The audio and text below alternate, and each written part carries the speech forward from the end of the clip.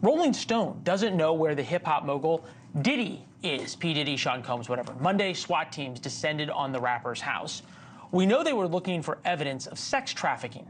The federal government is pulling the flight logs of Sean Puffy Combs' private jet.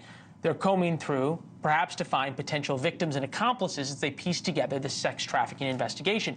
This is a first look at the alleged drug mule's perp walk. Brendan Paul was picked up at an airport in Miami attempting to board Diddy's plane on Monday. But again, somehow, one of the most famous singers in the world has disappeared.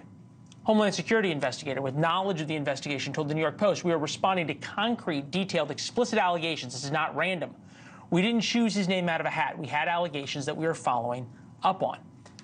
And there's a lot of evidence that Diddy knew it was coming. Dante Deiana from Barstool Sports writes, P. Diddy gave his artists their publishing rights back, clear out of the blue, 6 months ago for no reason. And it's not because he was, quote, doing the right thing. Kurt Bardelli knows something about the music industry. He's nodding along with us. Dante is here. All right. So explain to me what this means and why it seems as though P. Diddy knew 6 months ago that he was going to have some problems. Yeah, like I wrote, it really came out of the blue. And if you know anything about Sean Combs and the music industry in general, you know that people don't just give away publishing, especially in this day and age where it's pretty much the biggest cash cow outside of touring, which artists see very little money from. So publishing's a huge deal, especially with companies that are being formed now, specifically basically investment groups that are going in and buying artists and labels and collective publishing because they are seeing the future and where this is heading. So for Combs to do this in September, it was a real head scratcher. 2 months later, he was giving up hundreds of millions of dollars. They've said that Bad Boy catalog is worth anywhere from $100 million to $500 million.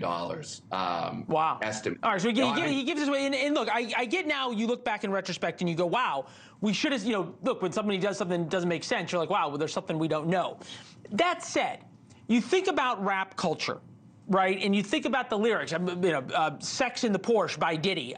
My mother's watching, I'm not going to read the lyrics out loud. No Time by Lil' Kim featuring Diddy. Again, not going to read the lyrics out loud. My mother is watching. But these are lyrics, and this is a culture that glorifies the very things that Sean Combs may be accused of doing in terms of how they treat women and how people act. Is a Me Too sort of reckoning coming for the rap industry?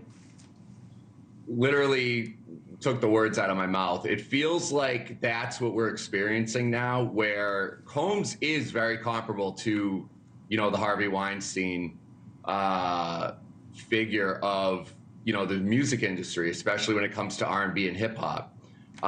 He made it and made several artists household names in the 90s and 2000s, and he's built an empire off of that ever since, where music is kind of just a tentacle in this far-reaching, conglomerate. We played we played some of the sound bites of Usher and Justin Bieber last night that now, in retrospect, are extraordinarily concerning. Dante, keep up the great reporting. Thank you very much. Thanks for watching. Go to joinnn.com to find NewsNation on your television provider.